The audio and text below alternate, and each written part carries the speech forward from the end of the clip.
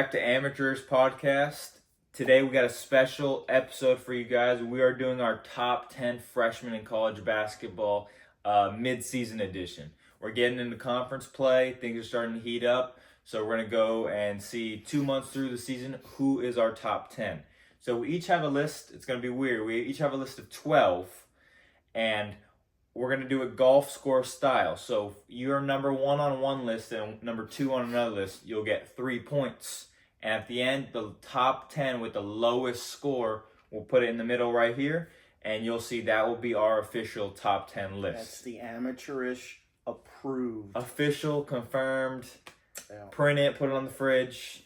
Word of caution, we did an earlier podcast where we looked at a mock draft that took place around the same time we're picking. And remember, Wooga Poplar was in that. Oh, yeah. But I feel good about my list. This class is so much better. So deep. I mean, this is a really good class. Yeah. It was hard for me to pick top 12 freshmen. There was a few guys where I felt like any other year would definitely be on the list. Without further ado, you want to start 12 or 1? Yeah, let's go 1. Okay, you go first. Well, it's pretty obvious. Cooper Flagg has, and I'm sure he's your number one.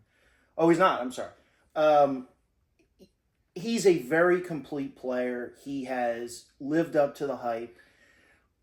That said, okay, he is not a no-brainer number one because my number two, I could see a team wanting a purer score. Well, I didn't do this mock draft style. No, I didn't either. Okay. I'm just saying, and who knows about international players. But just if you were drafting these guys just out of the United States in the NCAA freshmen, it would probably in some order like this. He's versatile. He's a good passer. He's a good rebounder. He's a solid team defender. I think his defensive abilities have been slightly overstated.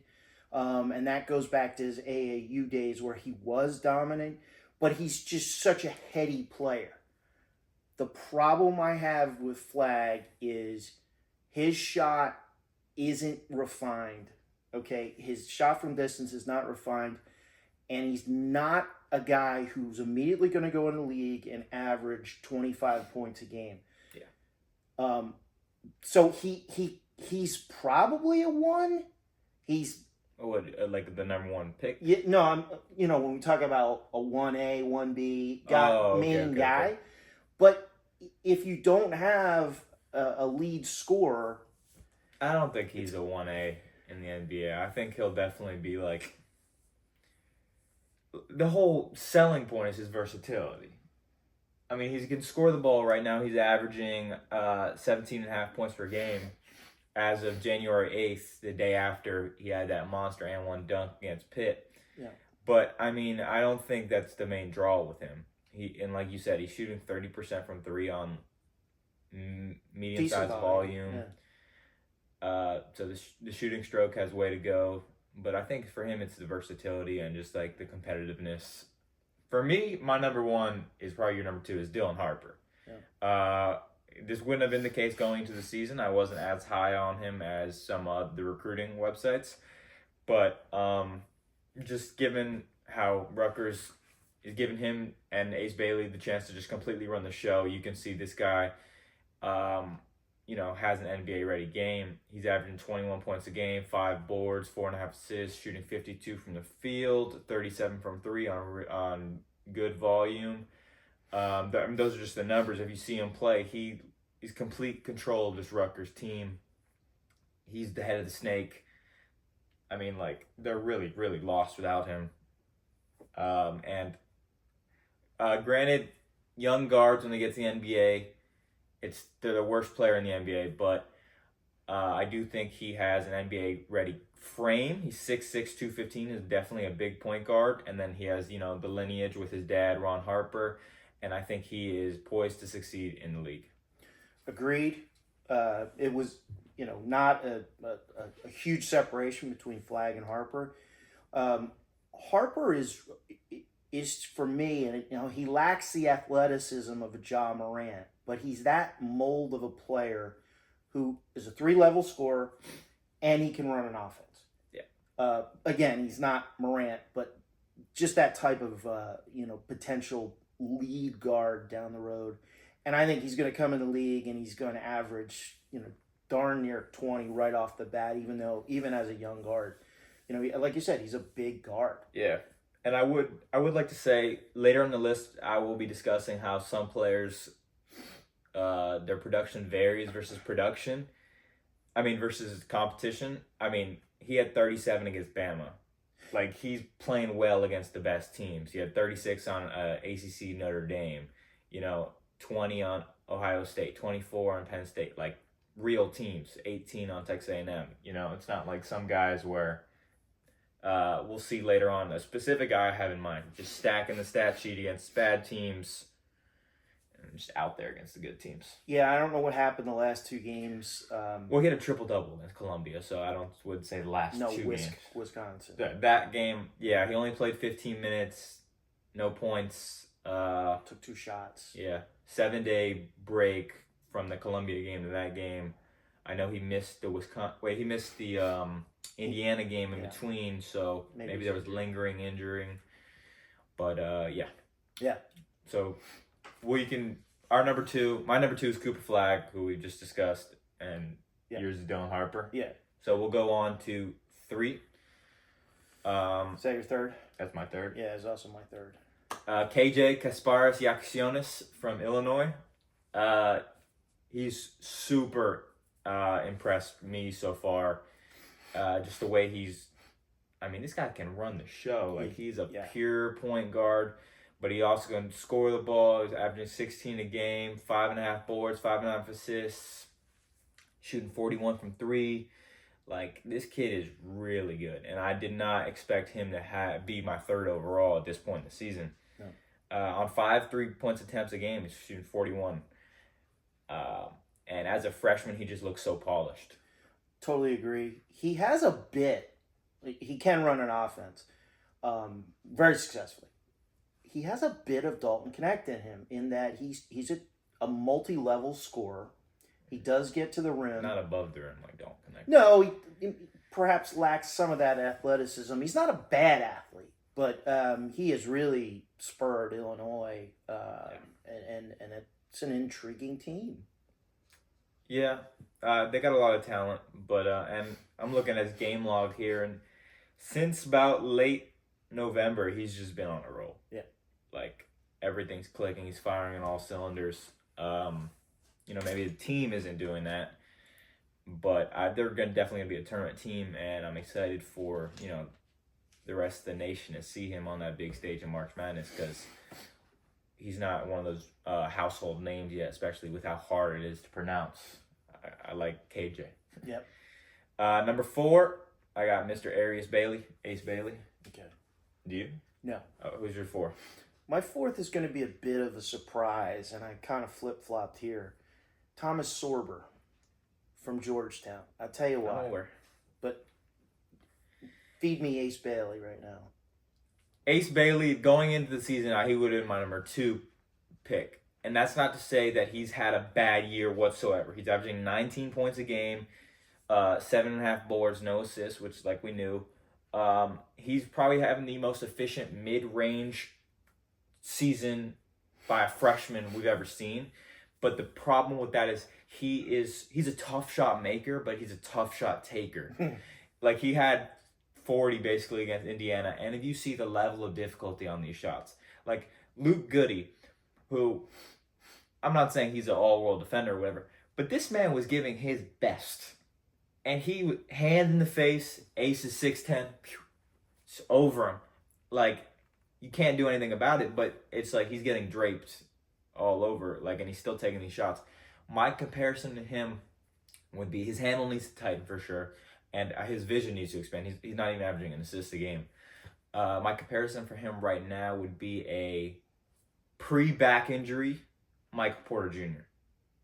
So you add that athleticism back, and then the tough shot making. What's he shooting? 3. From 3, 34. And it's on. He's taking a lot of threes. Let me get the exact numbers here. I like Bailey. He's in my 4.5 threes a game. He's in my top 10. I think he's fallen off. I think he's been hurt by just how unbelievably awful the rest of the Rutgers roster is, other than Harper, obviously. I agree. He is excellent at the mid range. Has elements of a body type of a Brandon Miller, Jabari Smith. He doesn't need to put on weight as well. He's a little skinny. I don't know if that rebound rate translates so much as there's no one else on Rutgers. But I hear you. But if you watch this film, he is aggressive on the boards, especially on the O board, surprisingly. He has a good motor, I would say. He's a good player. He's got to figure out from the free throw line. He's not great from the free throw line, but it should translate. I have him at 6. Okay, don't spoil it, man. Well, jeez. All right, so you're Sorber. Thomas Sorber, Georgetown. I don't want to spoil where I have him on my list. Huge surprise. Not huge, but a big surprise. He's not a guy that was talked about. Highly recruited or awarded. This highly. Yeah. 6'10", filled out body, rebounds well, is scoring around 15 a game. And the key with him is he's mobile and he has great court vision. He's one of the best passers among big men at this level, at this age. And that really translates. He is a guy I think could easily become a stretch 4. He does have an outside shot. It's not the numbers just don't. It's not great, but it's not awful either. I think he's more. He could put the ball on the ground more. I wouldn't say he's a stretch 4, but he can at least stretch the floor. But I think he's a guy who could develop. What's he shooting from 3? It's not gonna help your case. 16%. Yeah. Okay. Well, but he takes it, and he doesn't look awful doing it. I think he's a guy that has a high ceiling. Yeah, he's a good defender too, averaging 2.5 blocks a game. That's right. I forgot. He's very high up on national in blocks. Yeah. No, I like him a lot. I think he's definitely a sneaky riser, and as Big East play goes on, he might be an under the radar top 10 pick that people just don't know about. But yeah, so that was your 4? 4. So we're on 5 now? Yes. Number 5 is Trey Johnson. Okay. What was he for you? Lower. No, I'm saying, who's your 5? Oh, my 5, sorry. This is a guy I flip-flopped a lot on, is Derek Queen. Okay. Another guy I think who's going to be intriguing to the NBA. His production, this isn't just NBA look. This is production too. He's really helped rejuvenate that Maryland program. Getting him was a massive get for that program. He's scoring the ball at a very nice clip, 16 a game or something like that. Yeah, 16 and 8. And he does have some defensive ability. And he's shooting better than Sorber from 3, right? No. No? He's 11 from 3. Oh, okay. Well, again, he's a guy who attempts it and looks comfortable doing it. Well, some of it's eye test, right? No, okay. I have him on my list later, but I'm not going to. I think he is going to be much better in college than he is in the NBA. But this isn't an NBA list, so he's high on my list. He's in there. His productions, you can't look past the production at the collegiate level. Yeah. He's dominant now, but I do think that this isn't a translatable game to the NBA. Okay. Just because 11% from 3, like no volume really. He's not huge. He's 6'10", and right now I think his weight makes him bigger at this level, even though he's slimmed down since Smalberg. But he's mobile. He's not. Yeah, I do think he has underrated feel for the game. You'll see him make some nice passes here and there. Yeah. Smart tips. So he's a smart player, but I just don't think at this moment in time his skill set translates. If he stays all 4 years in college, A, he'll make a ton of money, and B, he would be a perennial All-American. Yeah. So I don't know what he's going to do. But my number 5, Trey Johnson, does translate to the NBA. He's averaging 18 points a game, 40 from 3 on over 6 attempts a game. And I had questions going into the year about his shot selection, seeing him play at Ling Academy. and he's kind of silenced those concerns. And granted, he is taking tough shots. He likes a deep three, but he's hitting them. And he's Texas's main guy, which is surprising. They have a lot of experience and talent on that team. And I mean, this is just a really good player. He's had some big games against some premier team. He had 24 against Connecticut. 29 first game against Ohio State. He's a hooper. Yeah, I'm not sure that Texas is all that talent rich right now. I like Johnson. He's a little lower on my list. To me, I think he's primarily one-dimensional. He's a scorer first. Right, 100%. Yeah. But yeah, no, he's had a very good freshman. Tremont Mark, Arthur Kaluma, Jordan Pope. Tremont Mark has not been himself. Okay, Kaluma but had a you tell me. huge game. Yeah, I'm saying Tremont Mark score at Arkansas. Yeah, but Just saying. Texas has underachieved this year a bit. They're not right. They're what's their No, record they're 11-4 at this time. Yeah, they just played Auburn, which They played them tough. yeah, Played them tough. lost by 5. Number 6 is the youngin Jeremiah Fears. Should be a high school senior. Who'd you do number 6? Bailey. Oh, Bailey, yeah. All right, so we talked about Bailey with Fears. I had an interesting conversation earlier. I don't know how he will translate to the NBA because at this moment in time, he's too good to stay in college. But not only is he a young guard and not the biggest, he's young. Like, he's legitimately young. He's not like a reclass up when he should be. Like, Elliot Cadeau should be a sophomore in college. Like, people say he reclassed up. He still should be a sophomore in college. He probably just turned 18, I think. And you can see it in his face. He's young. Like, he's just... Yeah. However, he's averaging... And also, one thing, the turnover problem. It's a problem. It's a problem at this level. What was it going to be in the NBA? Yeah. But he's still killing. I mean, Oklahoma's a good team, 13-1.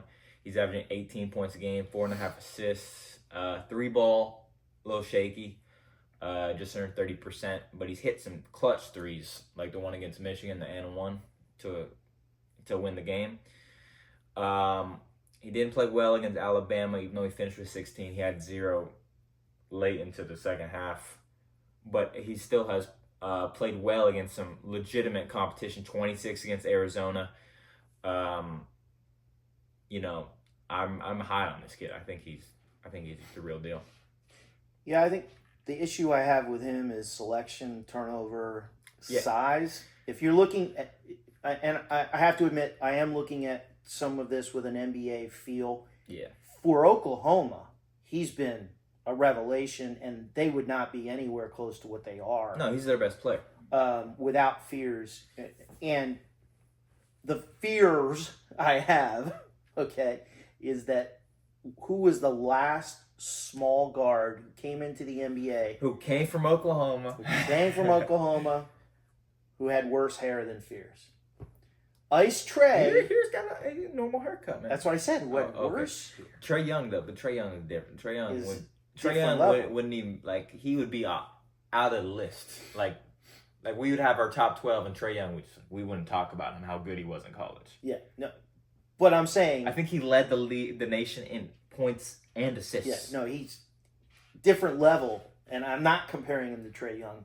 But my point is, you saw it from Rob Dillingham, he's not getting any burn, and Mike Conley is walking out there with a cane at this point. And Dante DiVincenzo's like, I don't want to run the point. Well, yeah, and I mean, a lot of teams are hesitant. It depends on where he goes in the draft, you know what I mean? Like, and also the way the media gives up on players. Like, they're talking about Scoot Henderson being a bust already. Has he even played 82 games yet? Like, in his full NBA career? Who? Scoot. Like, we're talking about Scoot Henderson being a bad pick, bro. Like, give him some time. Jordan Poole was statistically the worst player in the NBA, and 3 or 4 years later, he was an integral piece on a championship team. Darius Garland was awful his rookie year, and now he's a all-star.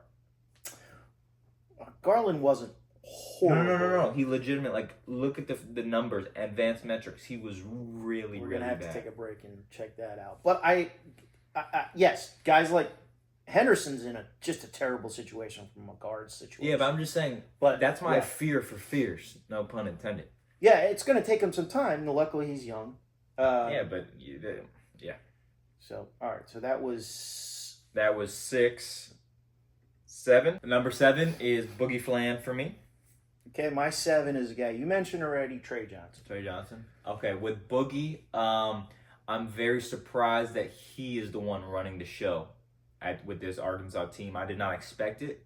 It's a pleasant surprise. I thought either DJ Wagner or John L. Davis, who struggled a lot, would be that main distributor, facilitator with the ball in their hands the most. But it turns out to be the young freshman Boogie, averaging just under 16 a game with 6 assists a game.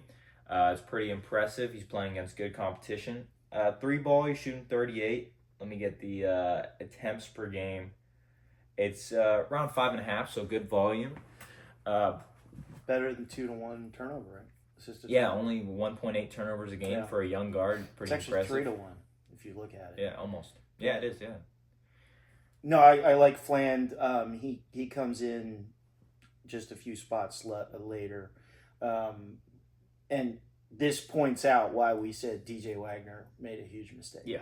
Well, I didn't expect Flan to be this good, but yeah, I did not think Wagner should have gone to Arkansas and followed Cal after that freshman season. Yeah. Another thing with Flan, he gets to the rim really easily. He plays at his own pace, which is impressive for a young guard, but just the way he maneuvers, he just can really easily get to the rim.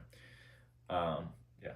Anything about Trey that we didn't talk about? No, I again, I like him. He's a dynamic scorer, and he's definitely lived up to his hype. Yeah. I just wanted something a little more complete. My number 8 is Eric Queen. Mine is Fears. Fierce, okay. We talked about both of them, so we'll go to 9. I have Ian Jackson. Okay. I have Fland, Okay. but Jackson's my next guy. With Jackson, maybe a month ago he wouldn't be on the list, but the way he has just come on late into the non-conference season, should I say, and earned this starting role, because he really has earned it. Hubert Davis was hesitant to give him that role, and then he finally just, like, you can't deny the production. He started off slow, but his minutes have gone up, his production has gone up, and now he's killing it. Last, 5 games, he's 20 plus, basically. A couple are 20 bomb against Alabama. I personally think his breakout game, I won't show it on the stat sheet, but it's against Florida. I watched all 40 minutes of that game, and if you watch the game, he was unstoppable in the isolation, which is how he gets most of his points, which is an issue for the Tar Heels, but not an issue for him if he's looking to go to the next level, because he's just an ISO scorer, hence the under 1 assist a game. But he's also good from 3. From 3, yeah, I mean, he's shooting 50 from the field, 40 from 3 on 4.5 attempts a game. Yeah. So, I mean, he's an efficient scorer, and he's almost unstoppable in isolation. Like I said, that Florida game, he had 11 points. I'm not going to jump off the stat sheet, but all 11 of those points were on ISO switches that North Carolina exposed Florida's big men in the pick and roll. And he only played 22 minutes. He should have got more minutes in that game. They may have won. Yeah, no, I like Jackson a lot. I don't understand the fascination with Dre Powell. He was in the starting lineup from day one, and yeah, he's maybe a little more complete. He's not the scorer that Ian Jackson is and will be. And we're going to talk about them on another pod, but the roster construction there and the way they play, I don't think you can have RJ Davis and Ian Jackson in the same lineup much together. I don't think that's the big issue. There's a litany of issues with the Tar Heels. We're going to discuss them on a later episode, but yeah. So I think this is 10. Number 10, I'm interested to see if he's on your list. Tahad Pettiford. He's not on my list. He's had a very nice season. His numbers are slightly lower. Was the numbers the thing that kept you off the list? No, I just think from impact, there's been other guys who have been more impactful. Agreed. But he's playing for the number one team in the country. They're Yeah. going to be number one. Here's my logic with putting him on the list. There was other guys that had better numbers. He would start on their teams. Yeah. He would start on, other than maybe 5 teams in the country, maybe 4 teams in the country, he's starting. Mm-hmm. So he's on the best team in the country by a mile. I don't care what anyone says. Today's January 8th. If you saw what happened on January 7th to the number one team in the country, who I've been saying for a minute, they're a bit fraudulent. Tennessee. They got 30-pieced. Auburn is not getting 30-pieced. Auburn is by far the best team in the country. He has not started a game yet for them, and he's still averaging 11 points a game. Now, if you watch them play, especially that game against Houston, his second ever college game, 24 minutes, he put up 21 points against the best defensive team in the country. No, he's special. Yeah. No, this kid is just so underappreciated because of how deep his team is. And that's why I have him 10th on my list. He's shooting 42 from 3 on over 4.5 attempts per game. The production might not jump off the stat sheet, but like I said, he's averaging 21 minutes a game. No, I agree. He's a special freshman, and he's going to get drafted. And I think what I was saying, his numbers are down because he plays in sort of a Kentucky old style Kentucky system where there's 10 guys who play for Auburn. Yeah. So no one's numbers other than Janiah Broome are going to stick out. He plays the whole game. Yeah. So they could have three guys, maybe 4 guys drafted off that team. Be great. But yeah, no, I like Pettiford. He just didn't make my top 12. Your 10 was someone we mentioned earlier? Ian Jackson. Yeah. So 11, I referenced him earlier, is Igor Demine. Yeah. He's in my list, but he's not at 11. So he's 12. Who's 11 12. for you? It's a guy who's not getting a lot of love, but who plays a very important role, and that's Malawach. He's not even in consideration for me. He is. I think he's going to be drafted higher than where I have him. I think he's going to be a top 5 type kid. He's 7'2". He's a monster defensively, and his block numbers aren't reflective of that. But he takes up so much space. He's just a monster inside, and he's helped their interior defense. He's helped. If it was Cooper Flagg, then I think they would be stressed a little more. Well, Duke's defense, It's legit. It's legit. It's up there. They can lock up. So yeah, I agree with you. He's had a good impact, but I just thought the numbers on some of these other guys were harder to deny. With Demine, I'm not gonna lie, he shouldn't be on my list. I've been thinking about it. He should be 12 if he's on. I saw something earlier. Against Power 5 teams, he's averaging like 5 points a game. He's 11, 6 assists, which is impressive. But if you go to his game log, he's just beating up on these bad teams. 20 against UC Riverside, 18 against Central Arkansas, 16 against Idaho, Providence 6, Arizona State 4, Houston 3. So I don't know where he'll fall in the draft. He's international. He's a big guard. Good court vision, great passer. So I don't know how the NBA values him. I have him at 11th, but I kind of regret that choice. Yeah, I struggled with Demine a lot. I think he's gotten by a little bit on his reputation. He's shooting 31 from 3, which isn't especially good in an offense that lives by the 3. BYU, that's all they do. But the number that stuck out for me, he's 18th in the country in assists. I mean, 6 assists is legit. It's legit. So, yeah, I probably would have, let's see who your 12th guy is. Sorber.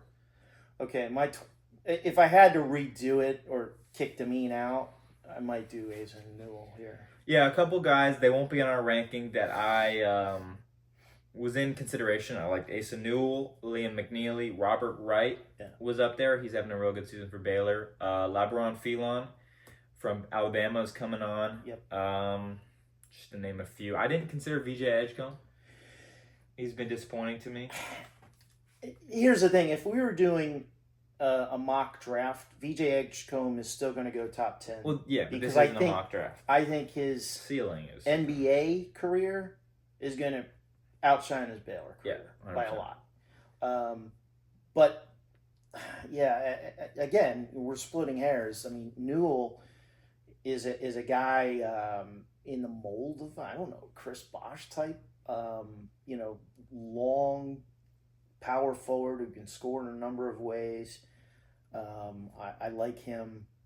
Probably would have flipped him. Yeah, I think he would probably be or Robert Wright, I think is. Will Riley's in there. There's some other guys. Thought about it, but yeah. So we're going to put up our things right here. Give us a second. We'll compile the ring. Up all the points, and this will be our top 10. So tied at number 1, we have Cooper Flagg and Dylan Harper. 3 spot, we have KJ from Illinois. 4, Ace Bailey. Who do you think he should go by, Arias or Ace? I like the name Arias. Arias is a basketball name. I don't dude. know why they didn't go Air Bailey. Air Bailey would be like- crazy. Arias sounds like he's a freaking royal dunker, bro. But Ace, he's a good golfer, I'm told. No, Ace is good. Ace is good. But Arias, I think that's like, you never hear that. No, Air Bailey would be awesome Yeah. too. 5, Trey Johnson. 6, Derek Queen. 7, Jeremiah Fears. 8, we have a tie, Sorber and Boogie Flan. And rounding out our top 10 is Ian Jackson. So we'll put it up. This is our official top 10 freshman. Read it. Keep it. Don't weep it.